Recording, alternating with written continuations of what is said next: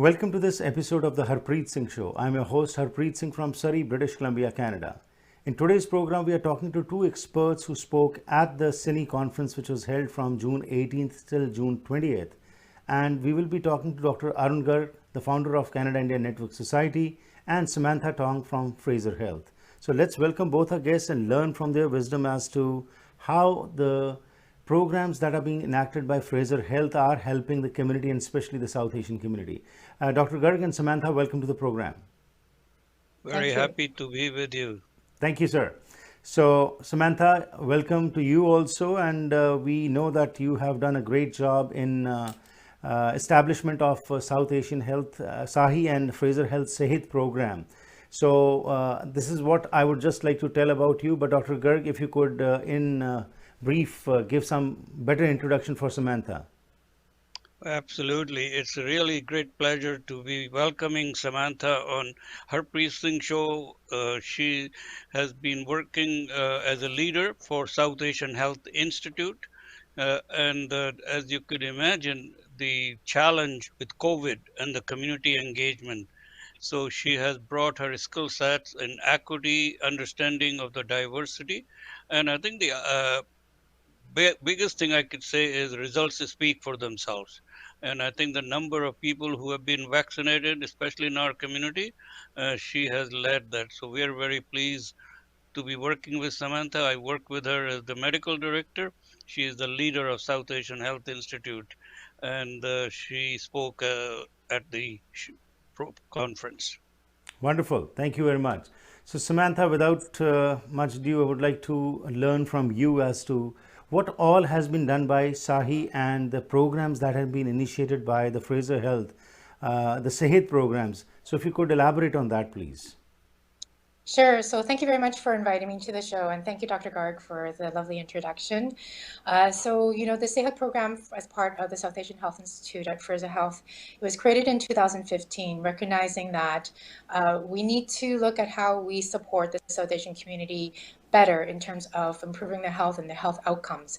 And so how do we do that? We have our usual ways of how our healthcare system is organized, where, we have clinics and different locations where people come. And we were looking at innovative ways of how we could actually bring our programming and services to the community where they are. So one of the key places we started off with was at the places of worship, at the gurdwaras, looking at different health topics that were of relevant importance to the community, such as chronic disease prevention, because in the South Asian community, they're more likely, 2 to 3 times more likely to get chronic diseases compared to the general population. So looking at the different risk factors affecting the community and how can we support them, and also learning from them. So what we started to do was to connect with community through the places of worship, speaking to community, learning from them, also offering what we had, like health promotion booths, where we had a table set up and volunteers and staff there who were there consistently on a regular basis. So the community got to recognize us and also start to feel comfortable with us, asking us questions about anything related to their health. While we focus on like healthy eating as part of chronic disease prevention, we also looked at other things, because we recognize that people don't necessarily are familiar with the healthcare system, how to navigate. So we provide information to support people to be able to learn how to get to wherever they need to go for their appointment related to whatever health issue they had. So that's kind of like a high-level overview. Other things we've done in the community, with the community at the places of worship, there are the langar halls that provide, the meals for the community. And so we've been working with the kitchens there to look at how are they preparing their meals, because they prepare large amounts of meals every day for the community. And if we can look at like how much sugar, fat, and salt are included in the food that's been prepared, it helps to also reduce like the overall intake of those special ingredients, if you will, and for some people, to reduce it overall in terms of intake, because we want to reduce our salt, sugar, and fat intake. And we've had some success. The kitchens have actually started to reduce like how much salt, sugar, and fat they were putting into their recipes as they prepared the meals. Also worked with them to look at when they are setting out the food for when people are lining up to select their food, it's also looking at how do we present like the healthy options first. So the kind of like to nudge people to choose those healthier options first, rather than directly go to like get the naan or get like the rice right away, but to have, offering other ones. And when we've done an evaluation just not too long ago before the pandemic, we had found that, for some people that we surveyed from the community, what they were doing is that they were taking like less pieces of naan and also adding less sugar to their chai. So those are some of the things that we've been doing with the community to support them, and we're seeing some behavior change as a result of that. But really looking at the ways that really speak to the community, because if you're just using general messaging or like that we've heard so much already, like reduce your if you're drinking or smoking, reduce that or stop that. Eat healthy, be physically active. Those are things that like we've heard a lot of, but how does that really translate in a way that the community understands? And so one thing that we did was also produce or create, what do you call them? Food displays that are of like typical things eaten by the South Asian community, such as some of the sweets, desserts, and then noting how much sugar is in some of these typical food items that are eaten amongst the community. And that has also had a big impact because a lot of people don't realize, oh my gosh, like this one small dessert actually has 3.5 teaspoons of sugar. So that's a lot for one. If you're having one, maybe, it tastes great, but at the same time to have 2 or 3 of them at the same time, that means you're having at least 10 teaspoons if you're having 3 of them at one go. So that's some of the ways that we've been working with the community around chronic disease prevention. Wonderful. So Samantha, you are well aware about the gulab jamuns, jalebis, naans and pakoras that the South Asians and especially the Punjabi people eat. So initially when you started off with this, did you face some challenges in the worship places because people eating habits and the kind of food that is served over there? So what kind of challenges you went through, and also how were you able to overcome those? Yeah, so when we started first working with the kitchens around looking at how they were preparing their foods, and each kitchen operates in its own way, and they had their recipes, and there was some resistance because it was the way it was done before. So why need to change it? What we started to do was by being able to go to the different kitchens and doing assessments. We also had a dietitian on hand to be able to help us provide that guidance and expertise, and so being able to show, okay, so we have, so for this particular recipe, you're using this much sugar, this much salt, this much fat, if it's appropriate. And then this is actually what should be appropriately in terms of like trying to make sure we're meeting the the recommended intake for daily intake as by the Canada Food Guide. And then showing this is actually how much it looks like. And also being able to show, actually at this Gurdwara, this is how much they're using, at this Gurdwara, this is how much you're using. So they could see, like, especially the ones that are using, like, I remember seeing an image of just, there was a big fistful of like, this was how much sugar that was used for this one particular recipe, and then another picture of another smaller amount of the sugar, and so you can see the comparison of like, this is the recommended, this is how much you're using. And so it was actually effective to show that visually how we can actually reduce it. And in terms of also they also did, our team actually, they also did with the different kitchen staff and the leadership, they did taste tests. So let's make this recipe how you make it. Let's make this recipe how with the recommended amount. And they tasted it, and actually they did blind taste tests, and actually majority of people preferred the lower amount of the ingredients, like the sugar, the salt, and the fat. And so that helped to, again, reinforce, like, it still will taste good, but it's actually a healthier option for you to choose. So that's at the kitchen level. And then in terms of the food options, again, what we had was our staff and volunteers also be on hand and available to support answering questions that people had in the community. One's like, hey, how come I've noticed this? What's the change here?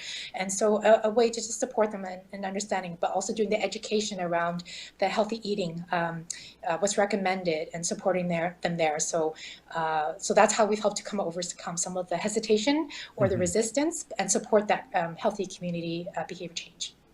That's very true. That's really commendable, because the displays that you showed of the foods that we eat, which have the kind of sugar, so people never even thought that much sugar they're consuming in just one gulab jamun or jalebi. But once they start seeing it, awareness rises, and then people start thinking about it. So Samantha, as you talked about behavior modification and lifestyle intervention, CINI is doing a great job, and especially this conference which was held where the focus was integrative thinking. That's the new concept where people become in charge of their own health. From your experience working with the community, what would be your recommendations when we talk about lifestyle intervention and behavior modification? What else would you like to recommend? Well, I'd just like to reinforce, like, we need to meet the community where they're at. We have, we have research and evidence to kind of know where we need to head, but we also need to meet people where they're at. So really the key is to be able to connect with the community, really learn from them, and check our assumptions, clarify with them. Because while my team is part of the community, they're only one part of the community, so we always need to check our assumptions. And in terms of really the empowerment piece, that's where it comes in, right? So where we're meeting people at and supporting them wherever they are. I'd say I can't reinforce that enough, like especially with their experience now. But it's and what we've seen from the behavior change we've seen in the community, and also from the Gurdwaras that have engaged and become on board in terms of modifying the recipes to be healthier for the community that they prepare the meals for. Mm-hmm. And now that things are going to be better now with the vaccination at full speed, we will again see you over there physically also in the temples, where we can see the kind of work which is being done by your organization. Dr. Garg, CINI has been fully involved in this concept, and Samantha has played a leading role in this, in disseminating information and getting the people on board. So Dr. Garg, could you elaborate a little bit as to when we talk about integrative thinking and how the work that is being done in collaboration with SAHI, what would be your commendations?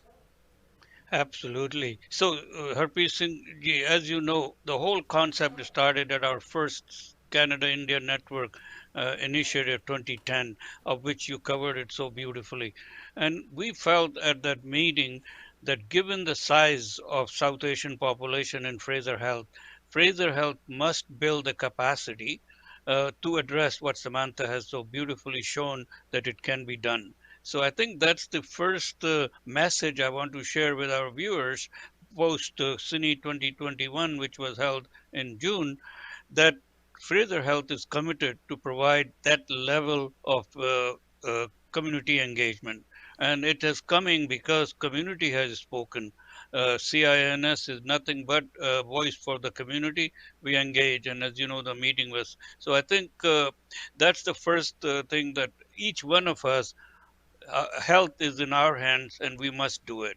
The program is providing information and awareness, as you heard from Samantha so well, so that in a practical sense, what is needed. So not from a academic sense, but from a practical sense, so anybody can understand and you could apply in your own kitchen. And that's our maksad, or that's our goal.